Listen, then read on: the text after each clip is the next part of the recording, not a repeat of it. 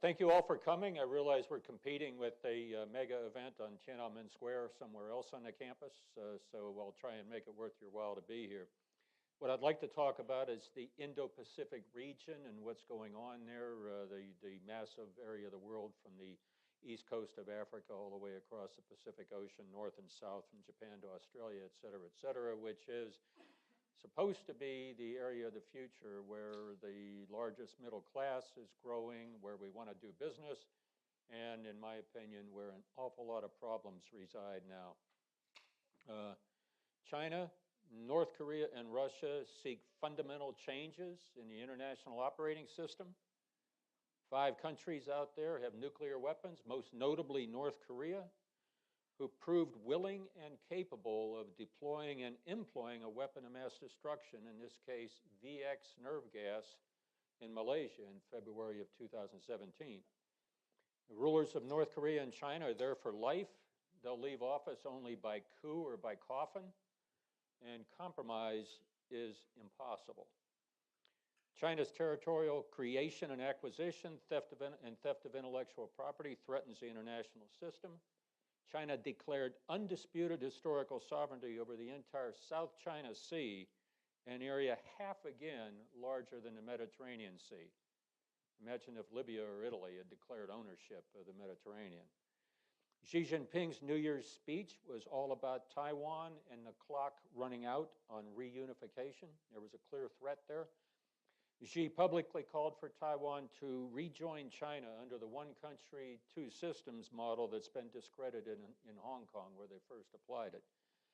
China successfully interfered in last November's local elections in Taiwan. Russian territorial seizure in Crimea, Ukraine and the Sea of Azov, global cybercrime and dangerous decline all augur for instability. The largest and second largest national populations are out there in this region, and number 2, India, will overtake number 1, China, by 2030. The world's largest and second largest Muslim national populations are in the region. We have 5 treaty allies, Taiwan, other security and trading partners comprising our interest out there. The largest middle class population in the world is in Southeast Asia, and it's still growing. The region's also home to many violent extremist organizations. Millions are held in captivity in China and North Korea. The minority Rohingya population flees Myanmar to escape persecution, destabilizing things in Bangladesh. China is exploiting artificial intelligence, massive national surveillance, and emerging 5G technology to create a pervasive surveillance state and assign citizen scores to all Chinese people. This technology will be exportable to like-minded authoritarian rulers to better control their people.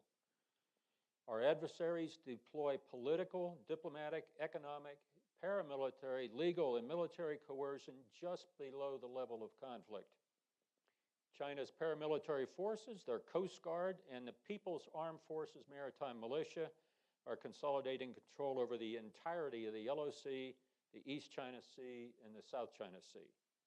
Nations bordering these seas are being forced to abandon their commercial efforts, primarily fishing. You'll recall that we famously stated we're going to fly, sail, and operate wherever international law allows. That's necessary, but it's not sufficient. Carrier battle groups are wonderful things, but they don't do much for the Vietnamese and the Philippine fishermen, for example, that are being bullied out of their fishing areas by the Chinese. Our efforts to counter this coercion and to enhance our deterrence are not effective. Authoritarian leaders, in my opinion, are not out-competing us. We're not competing. We're admiring the problem, not solving it. Our economy is still dominant, but we're not defending it against competition from state-owned corporations. Our military forces and those of our allies are an essential part of the solution, but only a part. We can't operate without the other parts. Most important, we've forgotten why we're the shining city on the hill for much of the rest of the world. We're not defending the idea behind America. And the challenge is us. We need to remember who we are. We used to be very good at big things. We used to know how to organize our policies and strategies around a central organizing vector or set of principles that gained the support of our own people and those of other nations. Nearly 30 years ago, ancient history, I realize, for most of us in the room, not all of us, the Berlin Wall, a daunting symbol of communist ideology and rule, collapsed. This marked the end of the Cold War, an existential struggle between the free world, led by the U.S., and the communist bloc. It ended without yet another great power war, which was at that point a rarity for the 20th century. This was not by accident. Our second set of founding fathers in the closing days of World War II set up a global system that reflected our values, promoted international cooperation, ensured our security, and provided a better alternative than the colonialism, imperial rule, and predatory trade practices that twice brought global devastation between 1914 and 1945. The big idea that organized our policies and strategies was drawn from the universal values that formed our country. Foreign policy and national security grew from our domestic politics and security. We could not have done this alone, and we did not. The genius of American diplomacy was building institutions that would advance American interests by serving others. Let me repeat that, and if you got to leave early, this is the sum of the speech. The genius of American diplomacy was building institutions that would advance American interests by serving others. You'll recall we began as a colony. We discovered we didn't much like the restrictions that came with that, and we exerted some effort to create our own government and change our relationship with Great Britain and the world. Our founding fathers were escaping an efficient government, the British monarchy. They set out to create an inefficient government, the better to protect individual rights and freedoms enumerated in our foundation documents. On the inefficiency side, you might look at things today and figure they overachieved. We began trading across the Pacific before we had a West Coast. A ship aptly named the Empress of China sailed from New York to Canton, China in February 1784. This 15-month voyage was highly profitable, and it started a vigorous U.S.-China trade. We could do that, and we could profit from it now that we were not subject to colonial rule and taxes. In the first half of the 20th century, industrial age warfare devastated the world.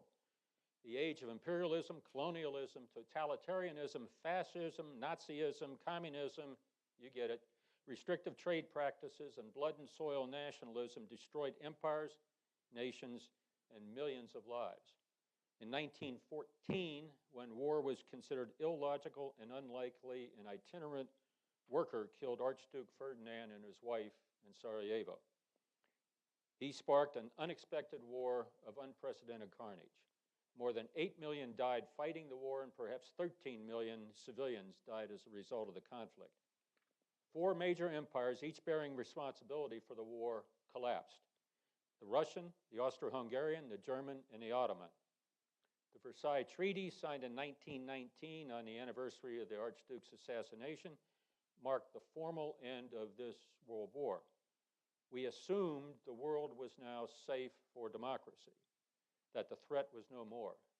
But the treaty was punitive, and it nourished the conditions that created war to return. As a result, less than 20 years later, a much larger global war emerged with even more destructive weapons. As that second global cataclysm was concluding, and recognizing that imperialism and the other isms bring catastrophe, and mere treaties are not enough, the United States convened a conference of allies and others from 44 countries at a place called the Mount Washington Hotel in Bretton Woods, New Hampshire, on 1 July 1944. The plans for the conference did not encourage optimism. The hotel had been closed for 2 years.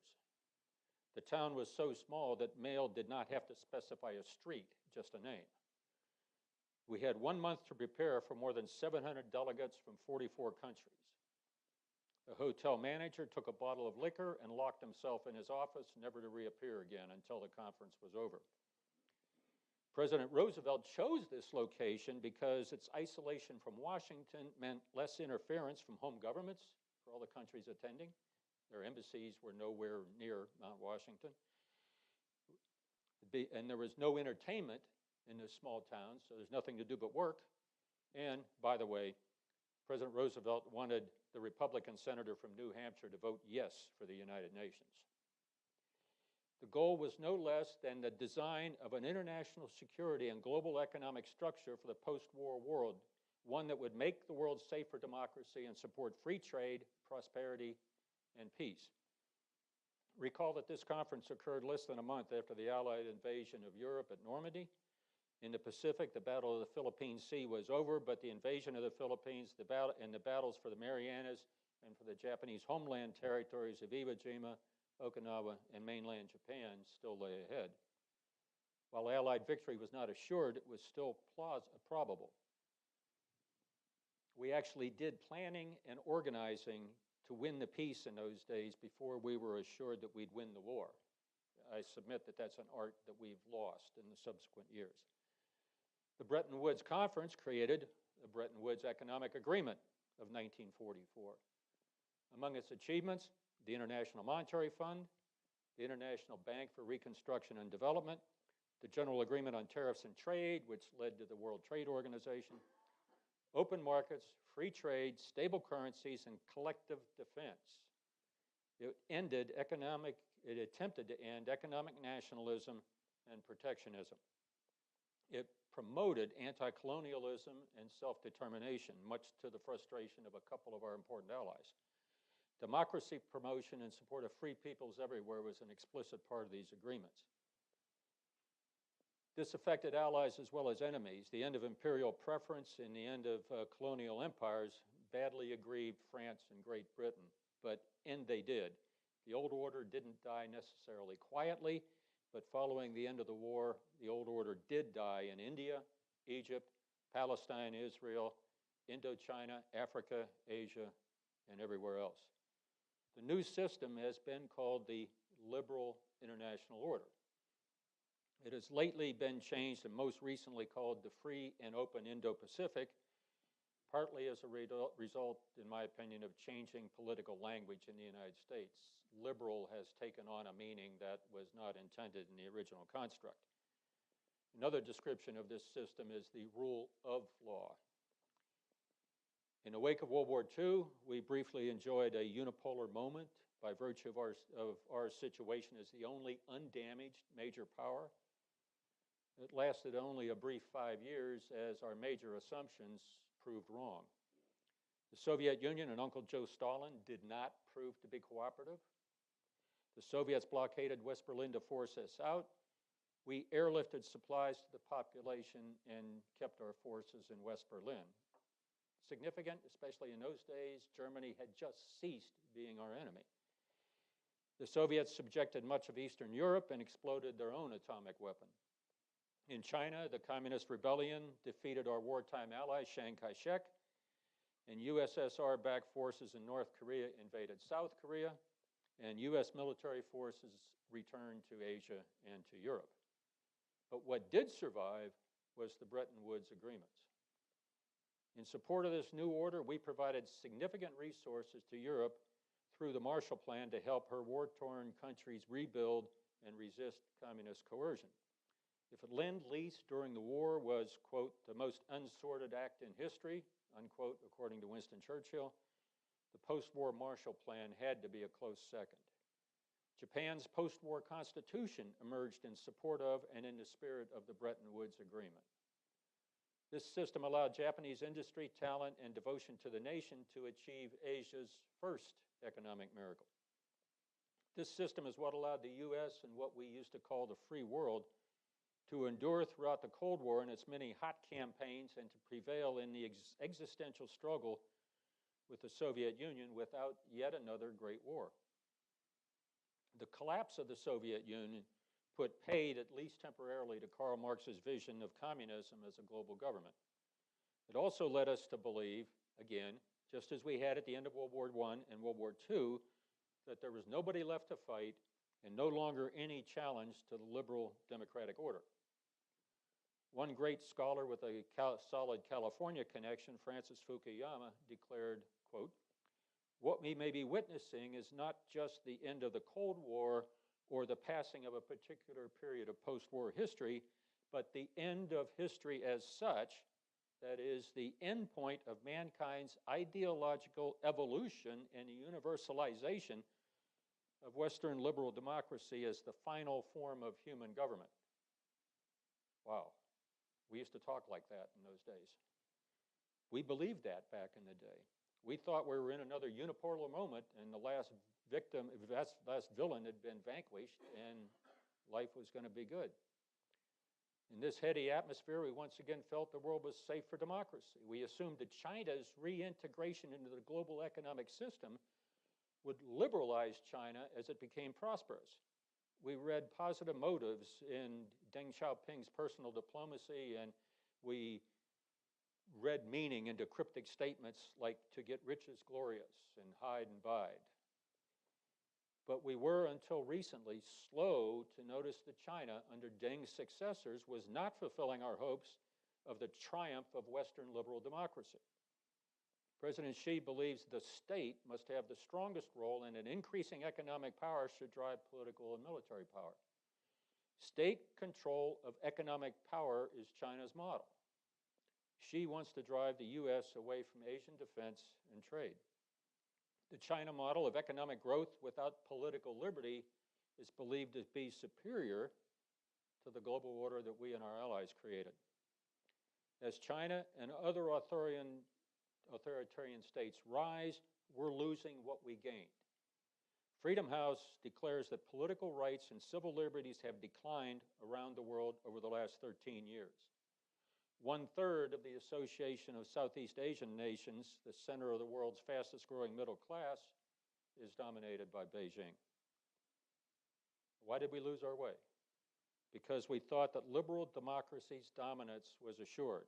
No more work required, no more messy involvement in global affairs.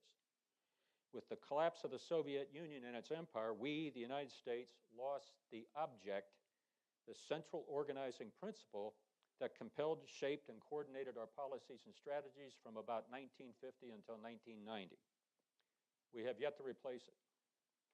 Our struggle against communism inspired us to support human rights, democracy, and capitalism.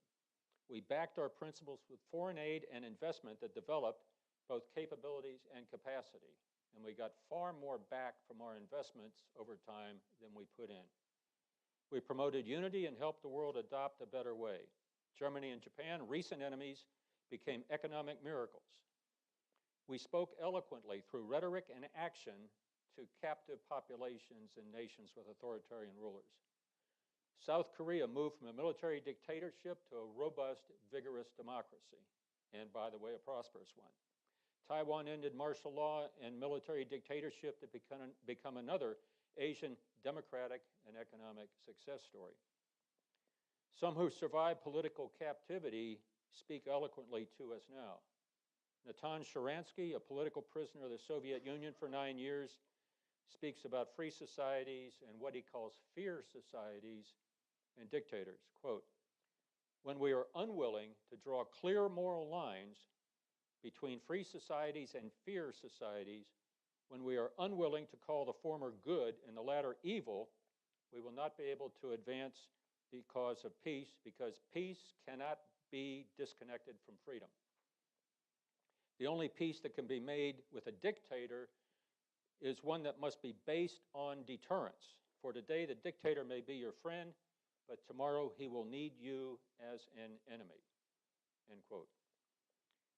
We must recognize that we and our democratic allies and partners are in an existential contest with those who seek lifetime tenure, continuously expanding territory, total authority, state-controlled economies, and obedient subjects. We need to realize that peace, freedom, and a lawful world order will not exist without U.S. leadership and support. Fortunately, we have some recent guidance that speaks to this from an unexpected source. Our most recent national security strategy, published in 2018, is one of the very best such recent documents. It speaks to the universal values and principles that are the foundation of our power and leadership. It bears a striking similarity to the spirit of Bretton Woods that got us and the free world through the Cold War without another global war. It's a quick read by government document standards at less than 60 pages. But let me give you just a couple paragraphs out of it. It says, in part, around the world, nations and individuals admire what America stands for. We treat people equally and value and uphold the rule of law. We have a democratic system that allows the best ideas to flourish. We know how to grow economies so that individuals can achieve prosperity. These qualities have made America the richest country on earth, rich in culture, talent, opportunities, and material wealth. We will continue to champion American values and offer encouragement to those struggling for human dignity in their societies. There can be no moral equivalency between nations that uphold the rule of law, empower women, and respect individual rights, and those who brutalize and suppress their people. Through our words and deeds, America demonstrates a positive alternative to political and religious despotism, end quote. So the big question now is, will we stand behind our words, or will this strategy, like many other government proclamations, become yet another dusty government document residing on the shelf somewhere? As I said at the beginning, we need to remember who we are and act in accordance with our principles. Once we do that, the rest, the whole complex execution of policy and strategy, will be as fraught with human frailty and fallibility as always, but at least our direction, our intended movement, will be clear and bright. The world will be the better for it, and so will we. And I await your questions.